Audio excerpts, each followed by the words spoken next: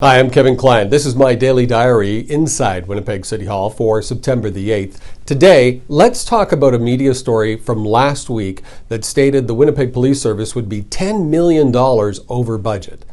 I started getting phone calls and emails from residents wanting an explanation. I read the articles and I read what our police board chair said, that some of it was due to COVID-19, traffic enforcement levels are down.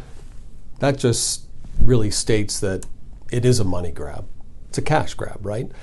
It also referred to the pension and overtime as part of the issue. I thought I would give you the facts because I truly believe that as a taxpayer, you deserve to be told the facts. Good or bad, you should know what the reality is. So let's talk about the Winnipeg Police Service budget because these are the facts that are impacting the city of Winnipeg. Number one, yes, traffic enforcement will be down. Now you could say that's because of COVID. Maybe it's because people are driving slower in those zones. Maybe they're taking more note of where the traffic enforcement is being done and now the speeds are reducing. Maybe not. Maybe it is because of COVID. The other one is the pensionable overtime and the pension itself. This is where I become very disappointed in some politicians. The reality is this. A few years ago, you may recall the mayor and the finance chair and others, including the chair of the Winnipeg Police Board, voted to arbitrarily change the pension of the Winnipeg Police Service, not following the CBA practice. I voted opposed to that. Several of my other colleagues did too, but not enough. The mayor and others won that vote. I said at that time, you can't do it. You legally cannot change a CBA just because you want to make a motion in council. You don't have that kind of power.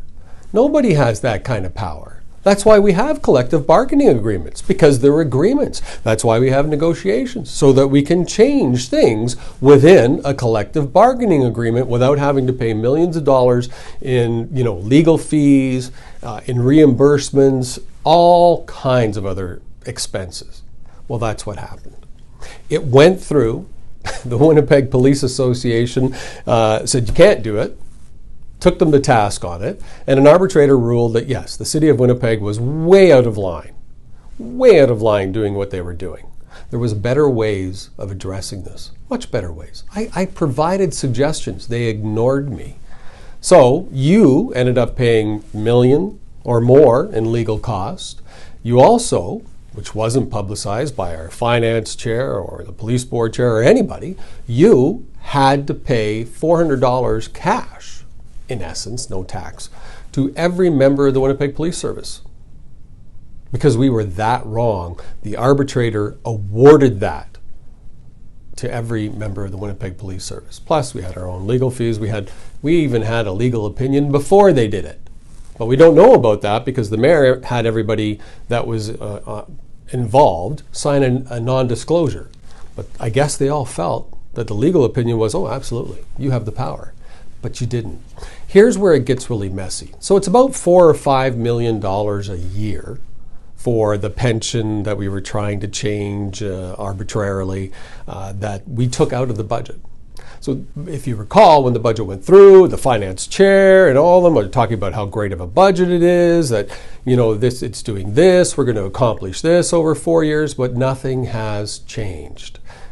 They didn't change the budget. So of course, salaries and benefits will be over for the Winnipeg Police Service. But why wasn't it over in other years? Well, it was last year. Did you hear about that? It was only over a little bit because they managed to make more money through photo radar and traffic enforcement. This shouldn't be the way we handle public safety. It shouldn't be based on how many tickets we give out.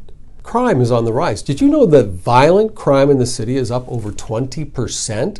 Did you know that we will probably surpass the record for murders in the city of Winnipeg? We're on pace to surpass the record. Public safety is not a concern. Headlines are. We have to make public safety a concern, and we have to be more honest with you, the voter. Maybe I'm wrong. Phone me. If you have any questions, call me. I respond to phone calls all the time, more than I do to social media because I'm not on there all the time. You can call me at 986-5232. Area code's 204. I look forward to hearing from you.